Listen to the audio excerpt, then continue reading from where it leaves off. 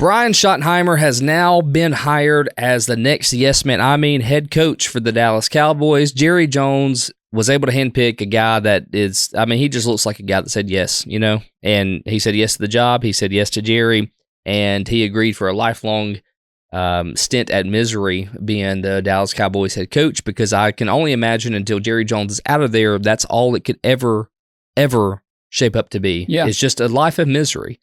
You're a head coach, but you're a facade. You're just there as the talking head. That's right. And Jerry Jones is there as the guy that calls the shots. Well, hell, you're not even the talking head. Jerry talks. He's the one that That's does all true. He won't stay away. If Jerry sees a microphone, he's like, wolves on an injured animal. Yeah, I got to get it. It's mine. This hire is obviously underwhelming. Everyone was upset by this. The fact that Jerry Jones, when they did the coaching search, he wasn't even talking to the other candidates. He didn't even call Ben Johnson or Aaron Glenn or these guys.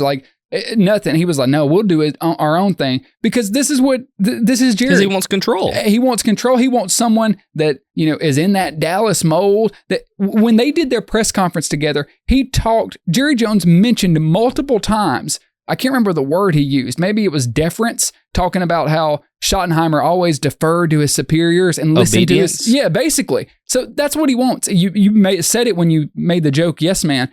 This is Jerry wanting to keep control. He is just hiring someone that will do whatever he says, because Schottenheimer, nothing against the guy. I actually hear he's a really nice guy. A lot of people like him.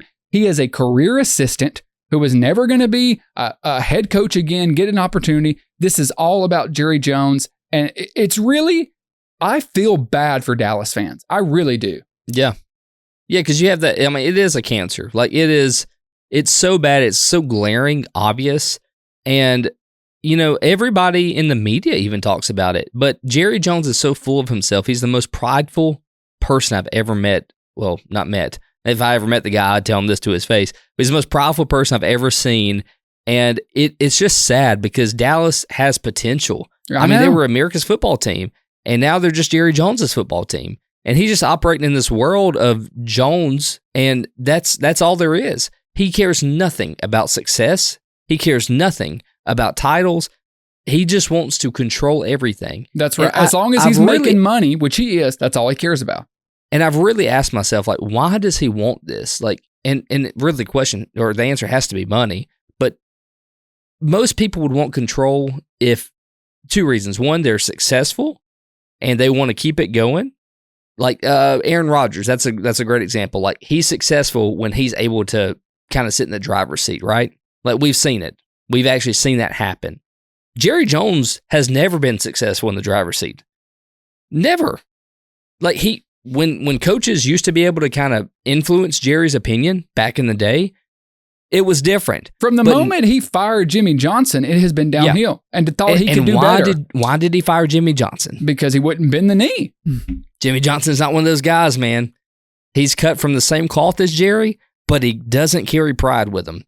He's just a guy that he's going to be that decision maker, and he wants control of, the thing he's supposed to be in control of. And Jerry Jones wants to step in and make all these changes and just overstep the head coach every chance he gets. And he needs somebody in there that's willing to do that and let him do that. Yeah. And this is going to be the guy. So Dallas fans, I'm sorry, you're in for another year of Jerry Jones head coach.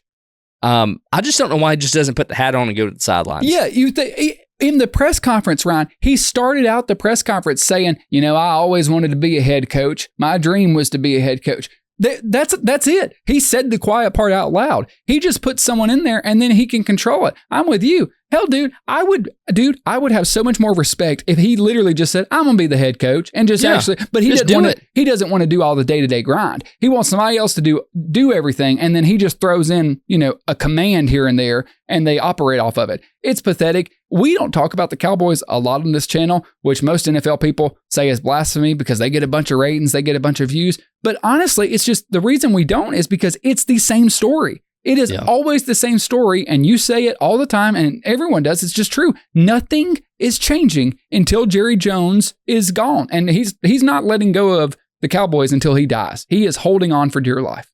Yeah, if he's held on this long to retaining, the head coach position without being the head coach, He's not going to let this team go, man. And what's sad is how many coaches have come through this franchise that could have been potentially Super Bowl winners that because of Jerry Jones has now had that chance removed off their record.